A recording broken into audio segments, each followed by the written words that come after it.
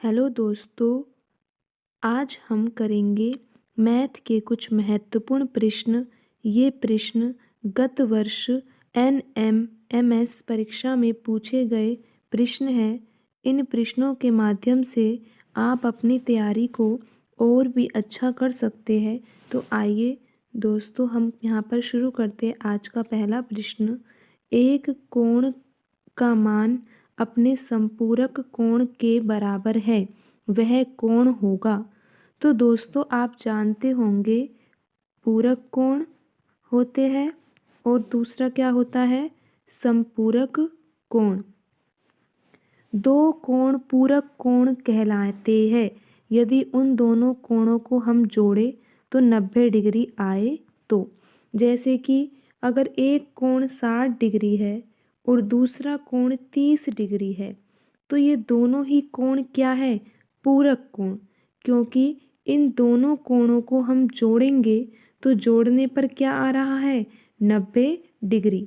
तो यदि दो कोणों को जोड़ने पर 90 डिग्री आता है तो वे दोनों ही कोण क्या होते हैं, पूरक कोण होते हैं।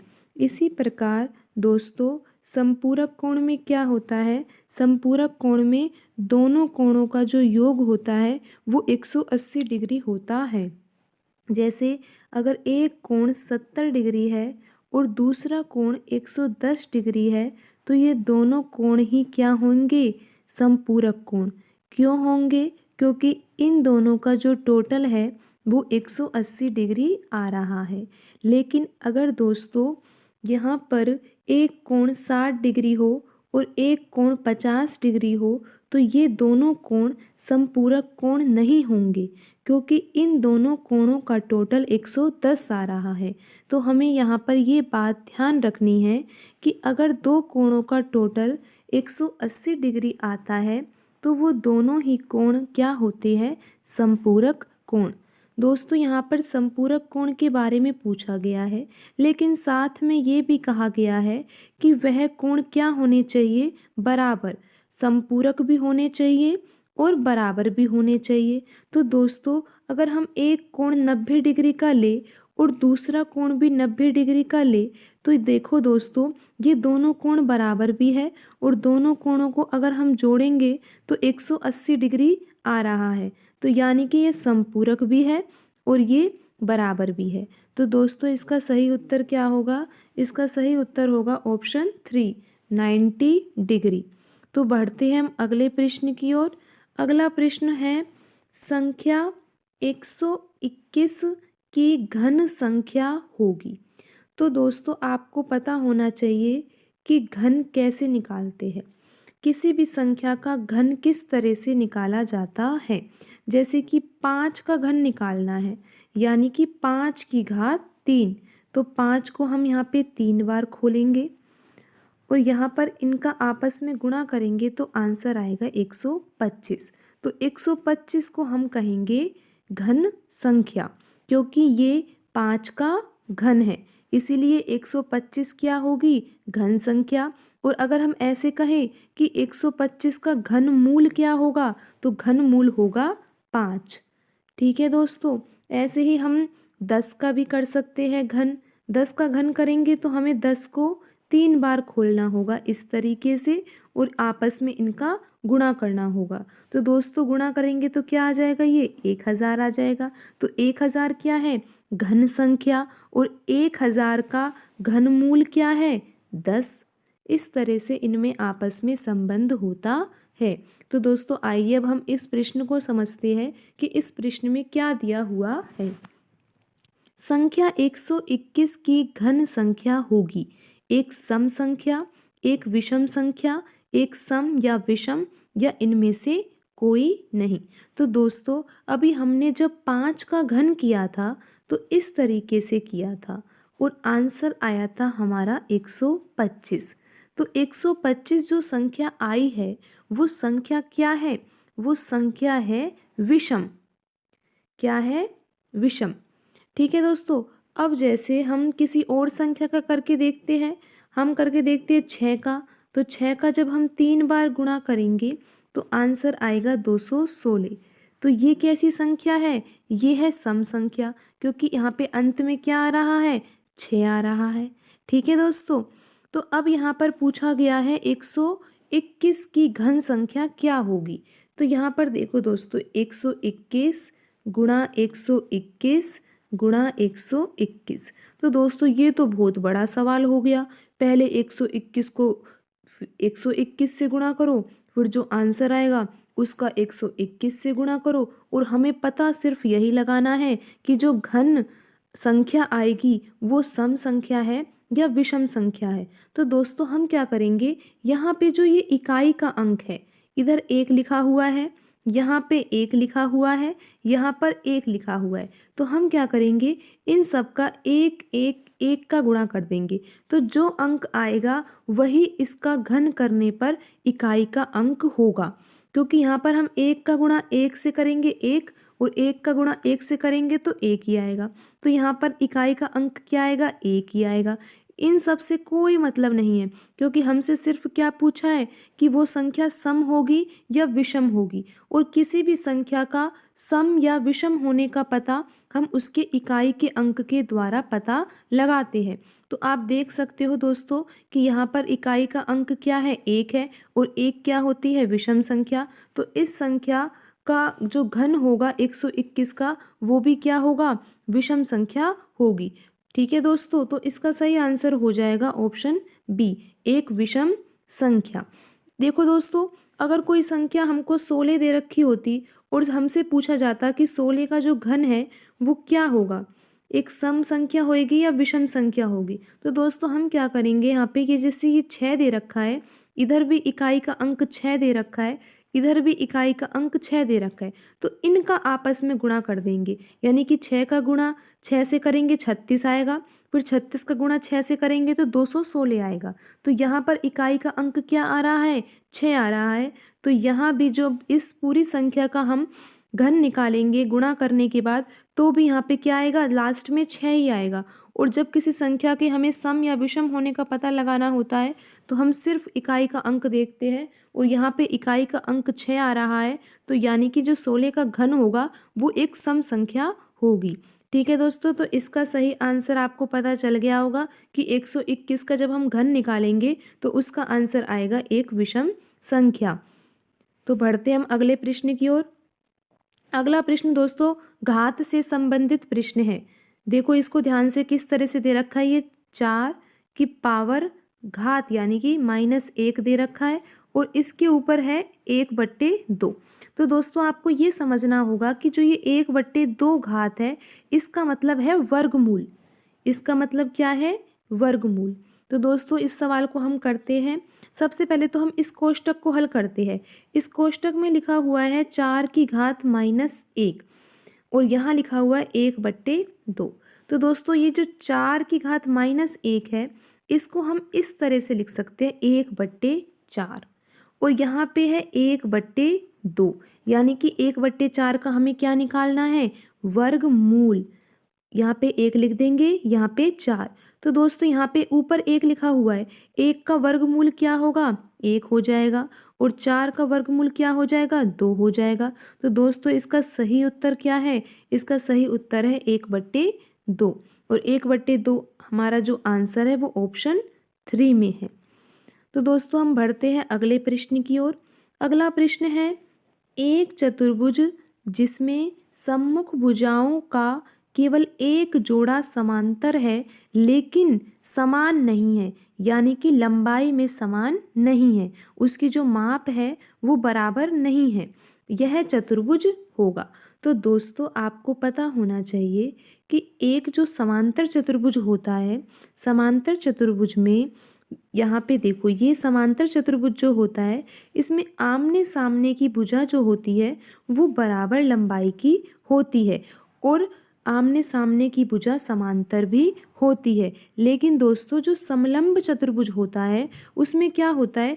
एक जोड़ा ही समांतर होता है। आपने इस तरह का चित्र देखा होगा, पर यहाँ पे देखो आमने सामने की भुजा समांतर तो है लेकिन बराबर लंबाई की नहीं है, और दूसरी जो ये वाला जोड़ा है इधर साइड का, ये वाला जोड़ा जो है ये कैसा है, ये समांतर नहीं है, क्योंकि देखो दोस्तों अगर हम इन दोनों भुजाओं को आगे बढ़ाएंगे तो ये आगे जाके मिल जाएंगी। तो दोस्तों जो ये वाली भुजाएं हैं ये समांतर नहीं है, इसमें एक ही जोड़ा जो होता है वो समांतर होता है और लंबाई भी बराबर होना जरूरी नहीं है यहाँ पे। और दूसरा जो ये वाला जोड़ा है ये तो समांतर भी नहीं होता है।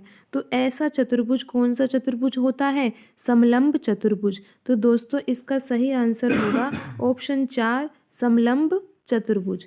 अब हम बढ़ते हैं अगले प्रश्न की ओर। अगला प्रश्न है, एक 21 सेमी त्रिज्या वाले पहिए को 2 चक्कर घुमाने से तय की दूरी क्या होगी? तो दोस्तों यहाँ पर एक जो पहिए की बात हो रही है, पहिया किस आकृति का होता है? पहिया होता है वृत्ताकार आकृति का। और एक वृत्त की हमें क्या दे रखी है? त्रिज्या। त्रिज्या कितनी दे रखी है हमें? 21 सेमी। 21 सेमी इस पहिए की त्रिज्या है और इस पहिए के कितने चक्कर घुमाने हैं? 2 चक्कर। 2 चक्कर घुमाने पर हमें ये पता करनी है कि वो कितनी दूरी तय करेगा। तो 2 चक्कर घूमना यानी कि हमें यहाँ पर इसका क्या निकालना होगा? यहाँ पर हमें इसकी परिधि निकालनी होगी। तो दोस्तों आपको वृत्त की परिधि का सूत्र आना चाहिए। वृत्त की परिधि का सूत्र होता है 2πr। ठीक है, और यहाँ पे 2 चक्कर है तो हमें यहाँ पे 2 का गुणा भी करना होगा। तो इससे हमारी कुल लंबाई आ जाएगी कि कितनी दूरी तय करी है। यहाँ पर 2 लिखेंगे पहले, फिर ये 2 पाई की जगह हमें 22/7 लिखना होगा और आर की जगह क्या लिखेंगे दोस्तों? हम यहाँ पे लिखेंगे 21। तो दोस्तों 7 के पहाड़े से 21 कितनी बार कट जाएगा? 3 बार कट जाएगा। यहाँ पे 2 दूनी 4 और 4 का गुणा हम 22 से करेंगे तो कितना आएगा? 88 आ जाएगा। और 88 का गुणा 3 से करेंगे तो दोस्तों यहाँ पे हम गुणा करेंगे तो 3 का पहाड़ा 8 बार पढ़ेंगे, कितना आ जाएगा? यहाँ पे 24 और यहाँ पे 2 की हासिल, 3 और 8 24, 24 और 2 कितना हो जाएगा? 26 हो जाएगा। तो दोस्तों इस और यहाँ पर परिमाप निकाला गया है ये, तो इसके पीछे क्या आएगा? सेमी। तो दोस्तों यहाँ पे कुल दूरी कितनी आ गई? 264 सेमी। तो इसका सही उत्तर है 264 सेमी। अब बढ़ते हम अगले प्रश्न की ओर।